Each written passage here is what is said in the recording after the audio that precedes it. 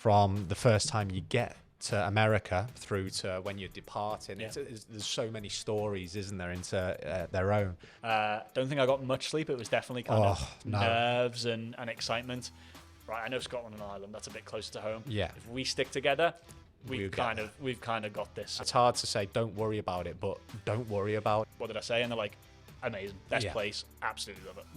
And then it just kind of dawned on me that they're just kids. Yeah. Do people need to be worried kind of going into it, or do camp really take you from A to Z? In for it. And just then kind of going, I really want to go. Got absolutely nowhere. I've applied a few years. It was all pre-pandemic now, weren't it? And like applied a few years, got nowhere. Well, literally, I applied for the first time in the only reason I went to Glastonbury in 2012, and the reason I went to camp in 2013 is because I applied to go to Glastonbury, and I didn't get tickets. Oh, no way. And then from that, I had like a bunch of money saved up. I was like, right, what can I do for my summer? And then my cousin told me she'd done summer camp, and I was like, oh, I'll give it a go. Called up camp leaders because they were based in Liverpool. Yeah. And then just went Boss. through the process there. Boss. And then never looked back and went to camp every year. I honestly think now it's going to be near on impossible to ever get Glastonbury tickets again, just because it's got busier and busier. So it's 200,000 people. Sweet. Cool. It's 200,000 people, but yeah. Like I don't know how many people apply. I know. It's like getting Champions League tickets or something. But that's funny. It's funny, isn't it? Where you kind of even that ties to camp as well. Yeah, and you literally didn't get Glastonbury tickets, so I just said, yeah, you know what, I'll give camp leaders a call, see what's going on for the summer. So my mate saw the Rolling Stones, and I went and had my first year at camp. Boss. Well, talk about a perfect segue, considering we're going to, 7-8 episodes talk about camp. Yeah. I think between us, that's not going to be a problem. But I think introductions are in order. I think we know each other well, but I know you're Mr. Summer Camp himself. So like for the absolute dozens of people that will be watching, if you maybe want to say what your name is, how you're associated with camp leaders, or a bit about your camp, where you went. Sounds good, yeah. So my name is Ryan. I first went to YMCA Camp Kanata in North Carolina back in 2013. Didn't get those Glastonbury tickets, so here you are gave now. Camp leaders a call, and have been fortunate to go back every single summer.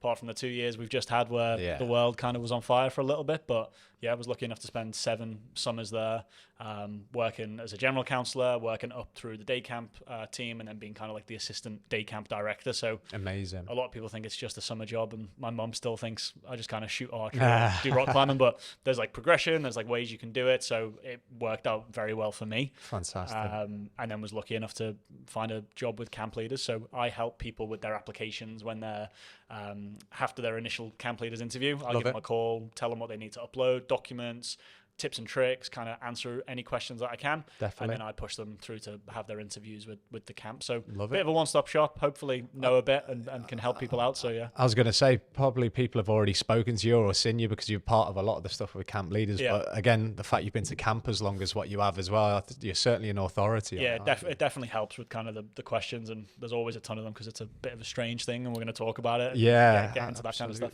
Yeah, and my name's Mike. First time I went to camp was Camp Shy in 2016 in Wisconsin. Again, something we'll probably chat about, but one of those places where I never even knew about prior to going. It's now my home away from home type of thing. So I think going through this process, as you'll probably mention and as we'll talk about, there's so much regarding camp that you'll kind of go through such a journey from the first time you get to America through to when you're departing. There's so many stories, isn't there, into their own.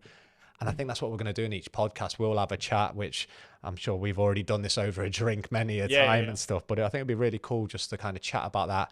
And in this first episode, especially to talk about the first week at camp, because for me, that was incredible. It was chaos. It was tiring. It was brilliant. It was memorable. It was emotional, all in one. And that was before I even left the airport. I think it was such a mad feeling. Can you remember that feeling when you were first departing for camp? How was it? How was your head? And I suppose people who are going to be going through that, what they've got to expect. Yeah, it's wild. It's I think it's quite similar for everyone, but everyone's obviously got their own unique stories. So I think it's quite cool that we've got this like central thing connecting us. But definitely. no, I remember I think my mum was like, right, let's pack your bags. I was like, I'm not leaving for another week. Like, what are you talking about? Mums? I think we gradually started to put things in there. I took things out. I was like, right, I don't need this. Yeah. Reverting to packing lists that camp had given me, going back to like the camp leaders prep day stuff that they'd given me. Absolutely. Looking online at kind of like blogs back in the day about what people should take, what I should take to camp. So all of that kind of stuff, lumping it in the back of the car and then heading out for an early morning flight because you have to get picked up by camp to arrive. So usually you'll be departing quite early in the morning. Don't think I got much sleep. It was definitely kind of nerves and excitement. I think I'd been on a couple of trips on my own, like without my parents or without family. But it's definitely like a weird experience. 18, fresh-faced, rocking through the airport. Sure. With a visa in your passport. Like I'd never had a visa before. Usually you just go on holiday and you show them your passport, but I'd already been to London. So it was nerve-wracking, but I felt prepared. Like, as you say, I'd done all of these steps and I knew I had everything ready to kind of move me forward, if that makes sense. I'm with you. And that's an interesting one. So would you say because you've put that plan in place beforehand and you've got that excitement, but you wanted to make sure everything was all right, even though you had the nerves, you went, nah, do you know what? I feel like I'll be okay here. For sure. And I think because it was America, I'd been to America before and you get an ESTA and that's just like like an electronic one, so you don't need to show anything. And there was people in front of me checking in for my flight. And they didn't have any paperwork, so I was like, oh, I've got all of this. Like, are they going to know what it is? But they did. They were like, oh, you're going to be a summer camp counselor. It's obviously quite a big thing. So that was like my first validation of, oh, Ryan, you've got this. You've listened. You've done everything you needed to have done. And you felt a bit different, a bit cool because you weren't going the usual route. So that was good. And then obviously you get through the airport, you're hanging around for kind of 3 hours, listening to your music, checking your gate, sitting down, checking your gate again to make sure you haven't missed it. Absolutely. Because you definitely want to make sure you're on the flight in time and getting all that kind of stuff sorted. Do you know, it's that 3 hours as well for me, I really enjoyed because before going, I was in like my camp's Facebook group and stuff like that. And I actually found a lot of people who were flying out as well. And a few of us got to meet in the airport. So I think that's probably something as well, which is worth looking at. And another thing you mentioned in regards to going, oh, this has happened loads. People have gone loads. Yeah, that's a really cool thing to realize because even though it feels monumentous and nerve-wracking, you think, oh, is everything going to go right? People have been going to summer camp for decades and decades, haven't they? So this is a well-trodden process. And it's one of those things, working for the company now, we've got the pleasure of being on like the emergency phone if something goes wrong, and we've heard it all. You can't give us an issue or a problem that we haven't heard. We've dealt with it, we will deal with it again. Absolutely. Kind of thing. So I think it's always good having that. Was lucky and fortunate that I didn't have to use them, but knowing how the process works now, you just give them a call and kind of everything gets solved for you, which is great. Absolutely. So that travel over to America, some people go direct, some will have connections and everything like that, and that presents its weird and wonderful experience as well. But when you first get to camp, I think once you've got over that flight, that is quite an interesting experience, isn't it? Because this is somewhere you've never been before. Don't know There's loads of people, no one at this point. You're getting into a brand new airport, which means you're lacking familiarity with that. When you touch down, how did you feel? What was the steps like when you were starting to go through the airport and what US customs can be like and everything like that? It's a good point because it's interesting. So you start off in the morning before you get on the flight, having those kind of butterflies and nerves. And then you get on the flight and you think, right, I'm on my way. I'm getting there. And then you land and you're like, I've got to do this all over again. I've got this whole new process of, as you say, immigration and customs. So I got my little plastic wallet out. I checked my checklist. I had everything with me.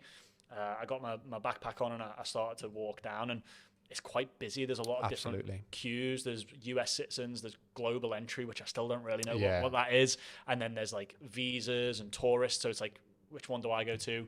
But there's someone there who like, oh, hi, I'm going to camp. You show them, go into this line. I think I waited maybe 20, 25 minutes. I was the same. Practicing over in my head, camp counselor, YMCA Camp Kanata, it's in North Carolina. Got there and they were super friendly. Like it was very intimidating because it's police officers in the US, they've got like their pistols and it's this thing that you see in the movies, but as soon as you start answering the questions, they know. As long as you've got your documents, they know you've got your contract, your onward travel, who's picking you up. I knew that my camp were collecting me when I got through the other side. go straight through, pick up your checked luggage. Yeah. And I was fortunate someone was there to pick me up from the airport. So they had like the YMCA Camp Canada t-shirts. I think they had a big board saying welcome. Yeah. I was like, oh, this is cool. They ran up and gave me a hug, and I was like, well, we don't do that in England. Brilliant. It was very, very kind of comforting Yeah. in a super American cheesy way. Which is great, isn't it? And then I think we waited for a couple more lads who were on like later flights, and then we were kind of in the back of the minibus going to camp, going bit mad all this, isn't it? Like not knowing where we're going, not knowing who these people are, but the fact that Darren, who was from Scotland, and then we had Ross, who was from Ireland. So it was like, right, I know Scotland and Ireland, that's a bit closer to home. Yeah. If we stick together, we've kind of got this. So yeah, it. It was it all worked out in the end, as it often does. But yeah, it was definitely security and customs is the big one, and I think, you know, we hype it up and we make sure you've got your documents, but we want to make sure you've got it sorted, kind of thing. It's one of those, isn't it, with customs? Like, do you know, if you prepare and you have everything ready in advance, I guarantee they won't ask a thing. I guarantee if you don't prepare, that's probably when exactly. It's just sod's law, isn't it? And for me, it's like they've got 1,000 people. They don't want to be there any longer than you don't. Don't give them any problems. Yeah. I'm of the mind of like, yes, sir, thank you, sir. Big smiles, get in, put your documents on the thing, and then just get out, and off then you go. The fun stuff kind of begins. And in fact, touching on one thing you mentioned there as well was the getting to camp. Yeah. So you mentioned there that the camp that you went to came and collected you, and that was similar to mine, to be honest. Camp Shy met us at Chicago O'Hare. We'd wait about for an hour or two while everyone was getting off planes, meeting together. And it was great, good time to meet everyone. But that happens in some instances, and in some instances, like my brother who's flown out just a few days ago, he'll then make his own way to camp based on instructions that they've given him. Super clear. And tell us a bit about that. Yeah, so super clear instructions. You get onward travel. We advise that you print it off, but it'll tell you exactly what bus stop to go to, what train to go to. Yeah. A lot of the time it'll be a hub airport, so something like one of the New York airports where getting into Manhattan is super easy. You can take the train, you can take the bus. There's so many different options. It'll give you the bus schedule with the times on it. You buy your tickets, and camp usually reimburse you if you keep those receipts. And more than likely someone else is on that journey. So, you know, you text them in the airport saying, oh, I've arrived. I'm going to grab a coffee from Starbucks. Meet you there. I can see your flight getting in an hour. I'll just hang out and wait. And love it. You've kind of got a little bit of small talk and team bonding there of like, oh, where are you from? What did you study at school? Did you go to university? What do you do for a job? What are you excited about? And it makes the journey small. So you might have to get on a bus for 3 hours, but you've got this initial friend who you then arrive at camp with, and it's me and you together taking on the world, and it kind of makes you feel a little bit more confident. But again, you've got a number that you can call for the US if you've got any issues. Everyone in America is like super friendly, like customer service there is so much better than here, and massively so as well. So like you go to the information desk, you say, hey, I need to get to this place. There'll be someone there to tell you this is the bus, this is the time, let me walk you over there, we'll get you all sorted. And I think it being an English speaking country is a huge help. It's a massive one, isn't it? And at least I think touching on that, if you do have any questions, ask. Like everyone's there at the airport to help you out and stuff. So one thing I was most buzzing about is the fact we got to go on the big yellow school bus there. They picked us up on one of the big, and I was there going, I'm in a film. Like it's the movies, like driving on the wrong side of the road, seeing all the countryside before getting into Wisconsin. We go to school on like a double decker, like Arriva, or like a Happy Al's bus or something. It was mega. Oh yeah, that was one thing I absolutely loved, and it's hard to explain, isn't it? But once you've then kind of done that, and you've taken that journey, and you're pulling into camp, that experience itself for me was wild. And it was a bit overwhelming as well coming to camp for the first time, because again, it's an area I don't know. I was glad to be there, but by this point, jet lag was kicking in. I was knackered. The adrenaline was wearing off. But also then in the beginning, when I first went, there's a few people that knew each other because they were returners. They were going again and stuff. And as a first timer, it was one of those where you just have to take it in, get used to it. And then you get there. What was it like your first year when you turned up for that first time, everything happening all at once, and the fact you're absolutely knackered as well? Well, I rocked up wearing skinny jeans and like a flannel shirt. And North Carolina, how hot was it, by the way? It's like 40 degrees. It's like hot and it's humid. I was like, I had obviously shorts and stuff packed, but I was like, this is what I wear at home. I don't know any different. I don't know how it works. So I like rocked up in my normal attire. I was like, right, let's whip these off and get some shorts on. Went down the gravel road, and we arrived a little bit before all of the staff. Okay. So the kind of leadership team were there, and they came and gave us hugs and introduced themselves, and it was great to kind of put some faces to names. We got buddied up before we arrived. So I had a friend called Laurie who we'd spoken with on Facebook and did like 20 questions just to get to know her. So then when I arrived, it was like, I know you. Like this is it feels like a safe it's that kind connection, of isn't it? place. Exactly. So she came straight up to me and was like, oh, it's so nice to meet you in real life kind of thing. It was like, oh, I've got a friend already. I've like only been here for like 2 minutes, which was cool. We like ditched all of our stuff in the cabin where all the internationals were staying for the first couple of nights. And then they took us straight out to go to Walmart to pick up any like bits that we needed. So like shower gel and shampoo, because we didn't travel with big ones just to save space. You know, we wanted to go and buy a big fan because obviously it's quite warm. Any creature comforts, you know, snacks, whatever. And then they took us out for dinner. And they were just so friendly and accommodating, and they were all so in tune with how we needed to feel welcome. Tell me about what it's like at home. Like, tell me some funny British stories. Do you know the Queen? Do you know any that comes up a lot like as too well? Much, too much. Like, they think do you drink tea and know the Queen? After a while, you just say Or have you ever met like a member of One Direction? Was like huge at the time. I was like, I wish I had. So like doing all that kind of small talk, but it was all kind of programmed, and it sounds super cheesy, but you need it. You need something to take your mind off it. And before you knew it, we were back in the cabin, and we were kind of brushing our teeth, getting ready for bed, going, what have we signed up for? Like, what is this thing that we're in a cabin in the middle of the woods in North Carolina? What are we doing? Isn't it mad that as well, the fact that it goes so quickly and it feels like it's chaos, but like you said there, it's programmed chaos. So absolutely. In a way, it's a great immersion without kind of being too much. 100%. And I tell you what, at one point we'll have to do another episode just talking fully about Walmart, because that place is wild. So like wild. I could chat about that for an hour. We would spend regular like days off there. So like the first time I was in there, my mind was blown. We would have like nights off where it was like, should we go to the cinema? Should we stay here? What should we do? And someone would be like, should we go to Walmart? It's like, you can spend a good few hours in there and it's good fun. And this is the one thing I didn't understand, because it was like someone telling me to go and spend an evening in Tesco. But like, no, but you could. Like, so much better than Tesco. So much better. That was what I was thinking in the beginning. But when you get over there and you go to Walmart, people will understand what we're talking about there. Believe the hype. That's it. So that first night, once you've done all of that and you're getting your head down, I bet you were out like a light. But was it also just, does it take a bit of adjusting in the beginning? Because it's the first time you're in like a new bed, you know, like if you move into a house, you go to uni, or you just stay in somewhere it's unfamiliar. And it was kind of in the back of my mind, like, this is going to be me for 3 months. Like, I'm in on this. It could be a bit overwhelming, can't it? 100%. And I think an issue of the program thing is once it stops, your mind starts to run, and then you're like, hold on a minute.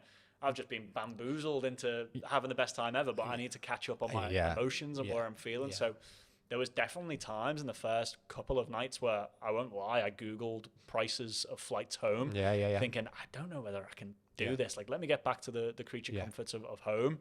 And then the staff started to arrive, the Alpine staff, the lifeguards slowly dripped in, and then all of the staff arrived, and it was kind of that programmed element came back in, and definitely you started to find people who you had connections with. It's like, oh, you're from America, but you like the same music as me. That's pretty cool. Or, oh, you like Liverpool Football Club as well. Let's sit and talk about that. So it's that cultural exchange part where you find people from all around the world who you never would have otherwise. I never would have gone to North Carolina. No, same. There's nothing there for me apart from like my camp. And now it's my favorite place. It's your place in the world. It's home. It's mad. And do you know what? Piggybacking off the back of that, like, I've been lucky enough to travel a few places, and like jet lag is real. Oh, so 100%. That first 2-3 nights, you're going to be a bit emotional. You're going to be overwhelmed. You are going to miss a decent cup of tea. You are going to miss parents. They have tea, but it's just different. I can't explain it. It's not the same, is it?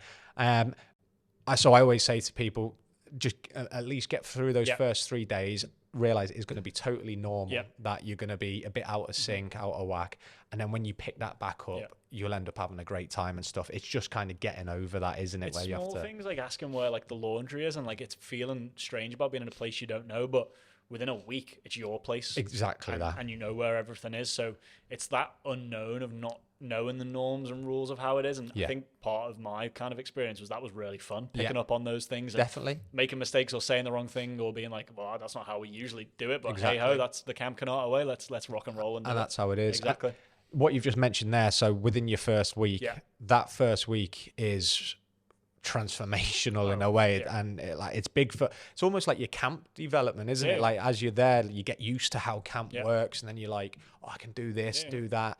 That first week for you, and it varies for person to person, doesn't it? For me, there was orientation, there was training. How did the first week look for you, and what was that like? Yeah, so again, it was the first day when all of the staff arrived. They were all hugging each other and kind of connecting because they hadn't seen each other. They were in different colleges or they were at different high schools, and they don't get to see each other as much as they do during the summer. Yeah. But they would still make a beeline and come and say, like, hey, who are you? Like, I've never met you before. Or, oh, I think I saw your profile on Facebook. You must be Ryan. You're from Liverpool. Tell me more about you. So it wasn't a case of everyone connecting and not feeling welcome. You were just swallowed up into this. You were into it. Frenzy. And then we went to the dining hall. We all ate lunch, and it was kind of like an energy, just a buzz around the place. Of, there is, I don't know who that person is, or you know, I spoke to them yesterday, but I want to go and speak to them more. And it was a bit free flowing where you could just pick up your plate, go sit next to them, and you're learning everyone's names. You've got a name badge because they maybe have got new counselors from America. There's counselors from all over the place. So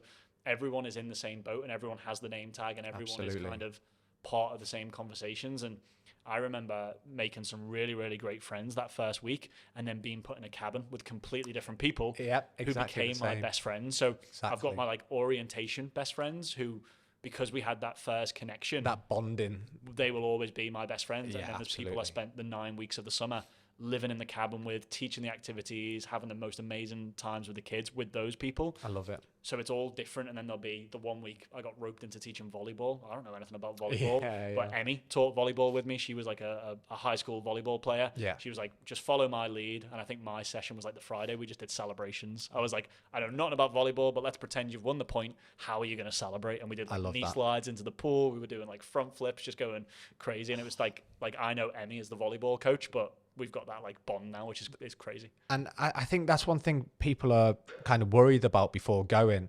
Like I'm someone that I'm happy to have a chat and I'll speak to anyone, but at the same point, it can be very tough, can't it? When you turn up and you think, are there groups here, or do some people know each other? Like, will I make friends and everything? Like cliques, so who are the cool kids? Who's hanging out with who? All that, and then you get to camp and you realise I didn't have to worry about that at all, because I think especially like you've just mentioned there, you might have your orientation group, but suddenly the people in your cabin might be a different group, and then the people in your department a different group. Before you know it, even without trying, even if you're an introvert, even if you're not going to go and sit next to someone in a dinner table, you just magically create groups at camp, don't you? You'll find someone else who vibes the same way. That's so cliche and cheesy.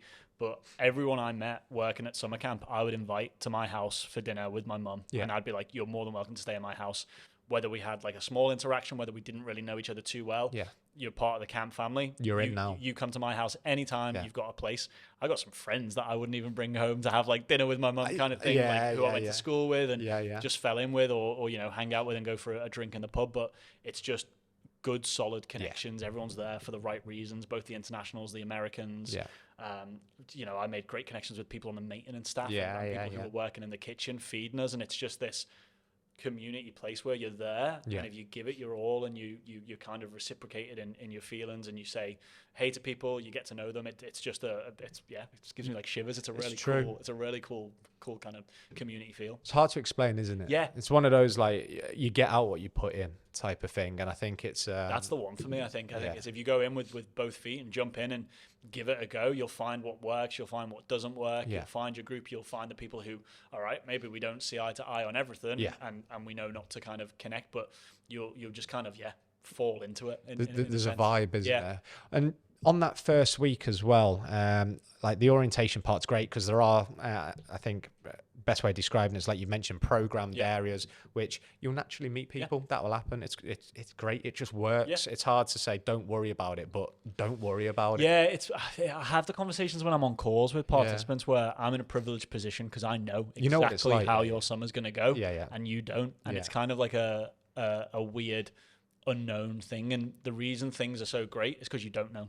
Well, you that's don't have the experience. You don't know what's coming around the corner. Yeah. You don't know what's happening week 6. Yeah. And you'll look back and you'll be like, I am so glad that I made the decisions that I made. And when we speak to people when they come back, you know, it's a good feeling because they say, you were absolutely right. I had a wobble, or I wasn't 100% on this. I gave it some time. I spoke to some people, and it worked. And there you are. And I think with that first half, the orientation helps with that settling part. And then kind of as you get past that, you move into the train, or at least for my camp and for a majority of camps, you kind of move into the training aspect.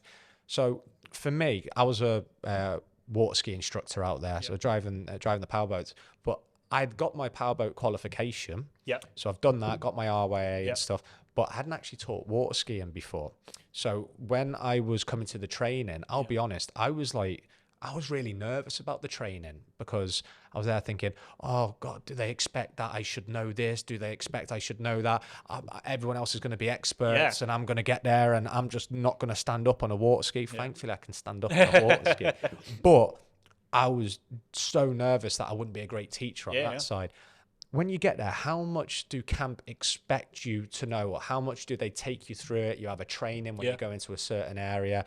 And with that, do people need to be worried kind of going into it, or do camp really take you from A to Z sort of thing? So I worked as a general counsellor my first year, so I didn't have like a specialised subject. And the way my camp worked is I could get involved and teach a variety of different activities. Cool. Each activity would have a kind of activity lead, and that was always a counsellor who'd been there for at least 1 year. So they knew the structure of a lesson. They knew the emergency protocols a little bit better than other people maybe. And what I really liked about staff training is I was in the same sessions as people who'd been there for 5 or 6 years. Love it. So we're learning the same. First aid, everyone does it. Camp tours, everyone does it. So of course you know where the basketball court is, but Ryan, who's just turned up, doesn't. You go and show him. So it was never a feeling of, oh, I'm a first-time counsellor, I don't know what I'm doing. Exactly. It was a big community feel.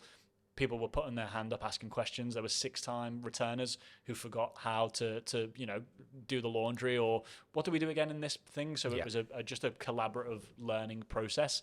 But for me, I got involved in a few activity training. So I did a bit of outdoor wilderness training, and I did that with the person who was our outdoor education chief. We call them chiefs. So I was learning the same thing as the person who was running the activity. So it was empowering in that sense. And it was always great having the support network of knowing who the archery chief was and who the alpine chief was. So if you had a question about ropes or belaying or equipment, you had your person who you knew it. To. But you could also go and get that training that first week, and there was training throughout the summer. So if you wanted to learn how to look after the archery bows, you could go spend time up at archery and do it. And for me, camp was a place where I learned about the things I liked and didn't like. So I got really involved in rock climbing, never really done it before, and then became super competent in teaching my day campers how to do the climbing wall. So it was one of those things of you get to get involved and do these things. Also, you get to get involved and figure out what isn't for you. I tried to give like the lifeguarding a go in the lake, and you have to like dive down into this deep kind of not fancy murky lake. I just didn't like the fact I didn't know what was going on and like the pressure on your ears. So I was like, hey, I tried to do the lifeguarding thing. It wasn't for me. Let's let the people who are comfortable with it. So from there, I've learned what works and what doesn't. And it benefits camp. They get the right people in the right positions, doing the right things. Do you know what's cool as well? Like hearing you talk about this, and you can remember it from your first time doing it, and now 7-8 years later, you're the person that's then helping people on their first time. And I think that's why it does work, isn't it? Because you remember what that was like. We remember, and like people who go now, we had been in that boat, and it's part and parcel of it. My favourite thing is grabbing first-timers, international first-timers, and you grab them and you go, bit weird all this, isn't it? And they go, and I'm going, just give it a week. Give it a week, go out there, do everything. I'll stay, like, I don't want to, like dad too much. Of course, You go out, make your friends, make your connections, get involved, and it's like, give it a week, and then always a week later you go, what did I say? And they're like, amazing, best place, absolutely love it. That's it. And I think that's half the beauty of it, isn't it? It's that journey that you go on in that first week where you're like, what am I getting into? Through to, do you know what, this is my place. And I think the funny thing is with that first week, you start to feel the most settled you've ever felt in camp. and then you find out that the kids are arriving a day. Turns everything upside down again. You're like, what- whoa, I just got comfortable. I know what the meal schedule is. Oh. I know where I sit at lunchtime. Yeah. What is that like? Because I remember from my point of view, I thought I understood camp, and I thought, oh, do you know what? I'm well prepared for the kids to get here. Then the kids get there, and then you realize, oh, this is the kids' camp. Like they own the camp. How was that transition from training to kids? So during staff training, we had a lot of the quote unquote boring sessions. What to do in an emergency, super important, and I completely get why we need them. Absolutely. But then we also did like evening programs. So we did the activities we were going to do with the kids, just with the counselors. So we did talent shows, we did scavenger hunts, we did like dress up contests, and it was kind of just like being like a fresher in uni, just counselors having fun. Yeah. And then I remember the first staff meeting before the kids arrived. They were all at the top in the cars queuing up to come into the camp. Yeah. And there was just electric atmosphere. The counselors who'd been there for 6 years were like, this is what we do this for. Yeah. And I was like, oh, behave yourself. It's hard to explain, isn't it? You're hyping it up a bit too much. And then we had a staff meeting, and the director gets up and he gives like this roaring speech of, we're here for the kids. Yeah. Are you ready? And everyone's going, yeah.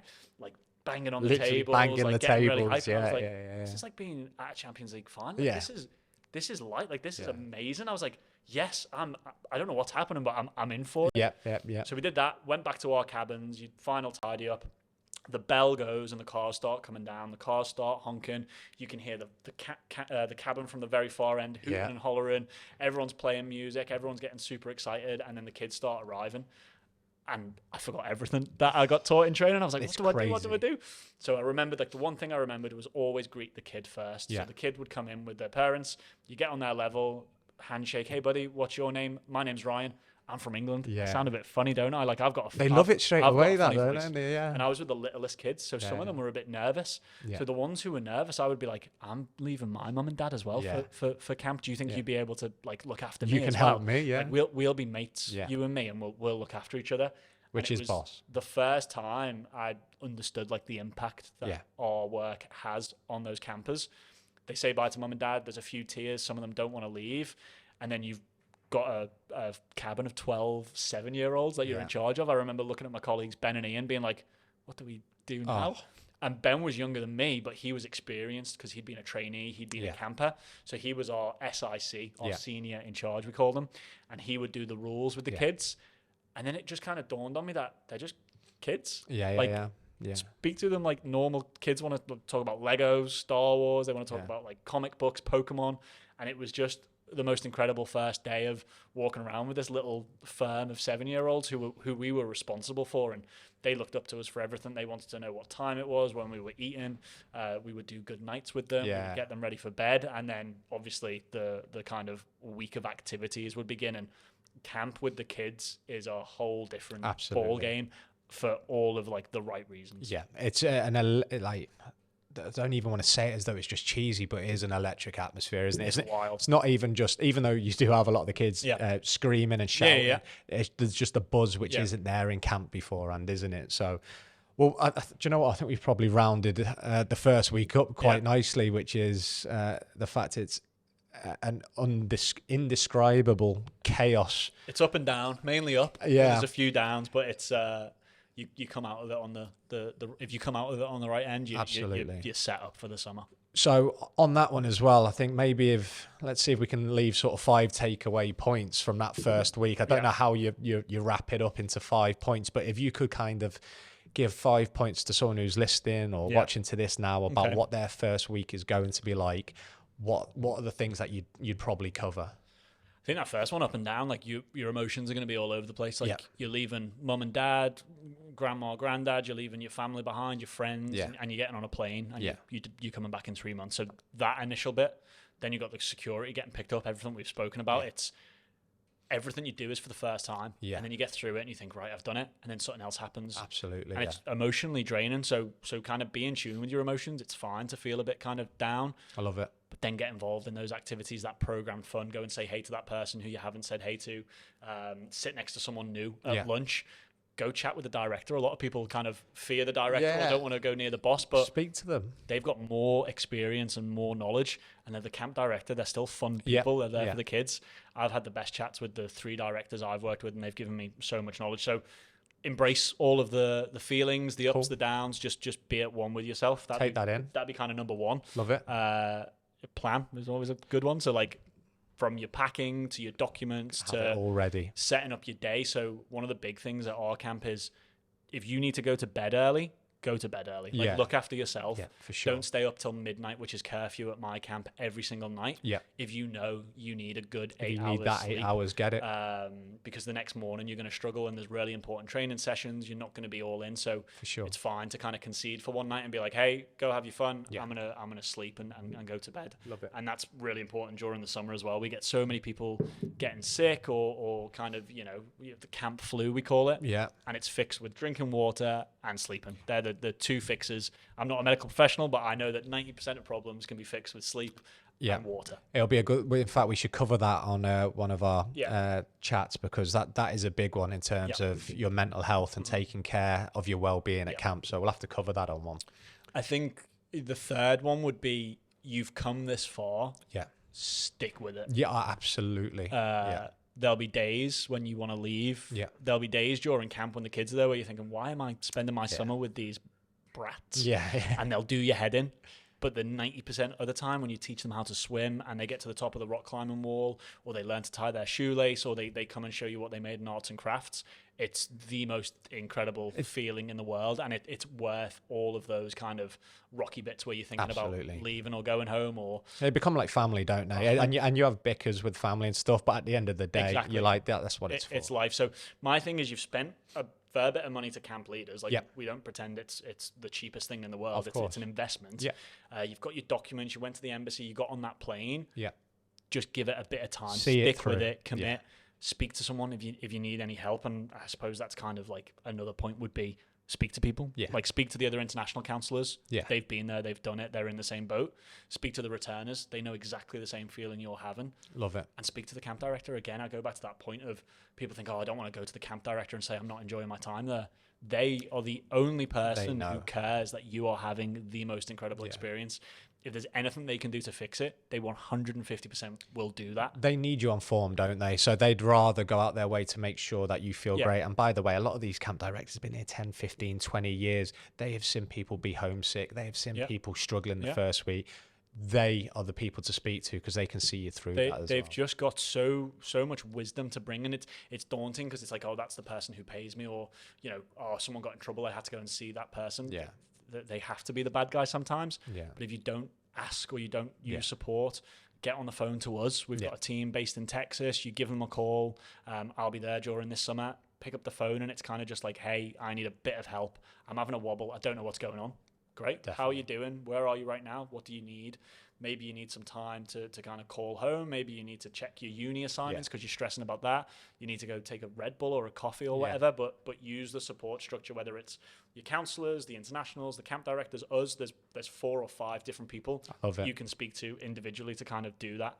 And then it's the 5th one, I suppose, is just like be in the moment and kind of enjoy the good times when you're there, because it flies by. 100%. We say like the longest days, the shortest weeks, because you'll wake up and it'll be lunch and you'll be like, I've been up for 5 hours, like when can I go to sleep? And then you blink and it's closing campfire and you're saying goodbye to the kids. You're crying like a baby, and you're thinking, I've got to go back home now or go traveling, but I don't want to go traveling. I want to stay here with my friends and the kids and do this all over again. So it's kind of being in the moment and enjoying it whilst you've got it. Absolutely. And it's super, super cheesy, but just kind of like taking a step back, looking around and breathing it all in and taking like a mental snapshot. I think we talk about core memories quite a lot. Yeah. My core memory bank is full of camp. Like I've got so many different kind of funny stories. There's times when it's been thunder and lightning and I'm thinking, how are we going to get through this? Oh, it's crazy. I look back and we did. You always do. My camp's been going for 65 years. It's going to be there for another 65 years. They know what they're doing. Use the support and just kind of, be amongst it. I think especially when we come to cover the last sort of 2 weeks of camp in a future chat, we'll LWOC, we call it. Yeah, and I think that's when we'll kind of, you'll say, do you know what, make sure that you can look back and you've made the most of it. But like you've just said there, be in the moment, and I'll probably say that every single week because best days of my life. Best days of my life. Tell you what a perfect way to round it up. Let's leave it at that. Nice one, Ryan. Appreciate that, mate. All good.